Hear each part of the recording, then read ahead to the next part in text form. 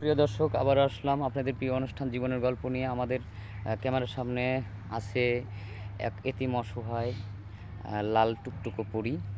তো একটু মাথা উঁচু করো আপু। সবাইকে আমার আন্তরিক শুভেচ্ছা সালাম।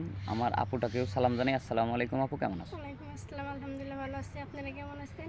আলহামদুলিল্লাহ ভালো আছি। তোমার নাম এবং তোমার বাড়ি কোথায় একটু দর্শক ভাইদের কাছে একটু বলো। আমার দেশের বাড়ি হচ্ছে রংপুর নীলফামারী। আমার নাম হচ্ছে মোসাম্মদ মিষ্টি খাতুন। খুব সুন্দর নাম, থ্যাংক ইউ। তো তোমার বয়স কত আপু? আমার বয়স 18-19। 18 থেকে 19 জি। আনুমানিক। আচ্ছা, তোমার বাবা মা আছে? না, আমার বাবা মা কেউ নাই। ছোটোবেলা থেকেই মামার বাড়ি বড় হয়েছি। আমার যখন বয়স 4 থেকে 5 তখন আমার বাবা মা আর কি একটা দুর্ঘটনায় মারা যান। আহারে, অনেক তো কষ্ট। আমি ছোটোবেলা থেকেই মামার বাড়ি বড় হয়েছি। অনেক কষ্টে আর কি বড় হয়েছি। হ্যাঁ। কোনো শখ আল্লাহ কোনো কিছুতেই পূরণ করতে পারিনি। আচ্ছা আচ্ছা, মানে বাবা মা মারা যাওয়ার পরে মানুষ তো বাবা মার কাছেই তার সব কিছু জি। দাবি করে। বাবা থাকলে কিংবা মা আব্বু, থাকলে। হ্যাঁ আব্বু বলে ডাক দেয়। জি। আব্বু ডাক শোনার জন্য যখন বাবা ছটফট করে, তখন বাবার কাছে একটা আবদার করলে বাবা সেটা পূরণ করে, যে জি। আমার মেয়ে চেয়েছে এই জিনিসটা, যেভাবেই হোক জি। তার মানে জীবন থাকতে মেয়ের শখ আহ্লাদটা পূরণ করার জি। চেষ্টা করে। মাও সেম।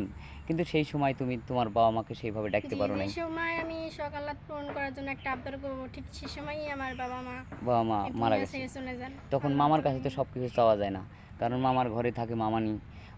মামার কাছে কিছু বললে যদিও দেওয়ার চেষ্টা করে, মামানি বাধা দেয়। জি। জি, এখন ছোটবেলা থেকে তাদের কাছে বড় হয়েছে। আমার বয়স যখন 6 থেকে 7 বছর, তখন আমার মামা আর কি নতুন আরেকটা বিয়ে করেন। তো বিয়ের পর মামি আমার সাথে বাস 7-8 কাজের মেয়ের মাস মতো ভালোই ব্যবহার করলো। প্রথম প্রথম ভালো ব্যবহার ভালো করে, ব্যবহার তারপরে করার কাজের পর কাজের তারপরে মেয়ের মতো জি। ব্যবহার করে। তখন মনে চায় যে এখনই চলে যায়, কিন্তু ওই সময় তো চলে যাওয়ার চলে মতো কোনো যাওয়ার অপশন থাকে আমার না। কোনো পথ ছিল না। আর ছিল বাবা চাচাদের সাথে কোনো পরিচয়, বা আমি এটাও জানতাম না যে আমার বাবারা কয় ভাই বা কয় বোন, বা আমার মারা কয় ভাই। শুধু আমি এটুকুই জানতাম যে আমার মামা একটার সাথে শুধু আমার পরিচয় ছিল, বাট আমি তার কাছে ছোটোবেলা থেকে আর কি বড় হয়েছি। বড় হয়েছো। আর যে সময় তোমার মামানি তোমার সাথে কাজের মেয়ের মতো অবিচার করতো, সেই সময় তুমি কোথায় যাবে কোথায় না যাবে মানে কোনো দিক এরকম খুঁজে কোনো পাচ্ছিলে না। পাইনি। তাই আমার বয়স যখন এখন এখন 18 পর থেকেই তারা আমার সাথে মনে করেন সবসময় বলতো যে আমার দায়িত্ব তারা আর কি নিতে পারবে না। তো আমার বয়স এখন 18 থেকে কারোর সাথে 19 প্রেম টেম হয়েছে। করে চলে জি। যেতে পারিস না, কত মেয়ে তো চলে অনেকে যায়, তো যৌতুক অনেক দিয়ে বিয়ে দিতে কাজ পারবো না, করে, তুই কেন করিস না? না, যৌতুক দিয়ে যার বিয়ে দিতে কারণে পারবো না, কোনো জি। ছেলের সাথে চলে জি। যা, জি। এরকম বিভিন্ন কথা বলে। দেখা যায় কথাগুলি জি। শুনলে খারাপ লাগে।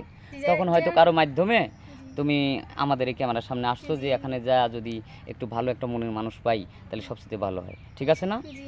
আচ্ছা, খুব সুন্দর দুঃখের কথা। দেখেন তার জীবনের গল্প দর্শকবিন্দু, মেয়েটা কতটা অসহায় হয়ে আমাদের ক্যামেরার সামনে আসছে, অনেক মায়াবী চেহারা নিয়ে, অনেক মানে সুন্দর একটা মেয়ে, কিউট একটা মেয়ে, পরিস্থিতি শিকারে আমাদের ক্যামেরার সামনে আসছে একটা ভালো মনের মানুষ খুঁজতে।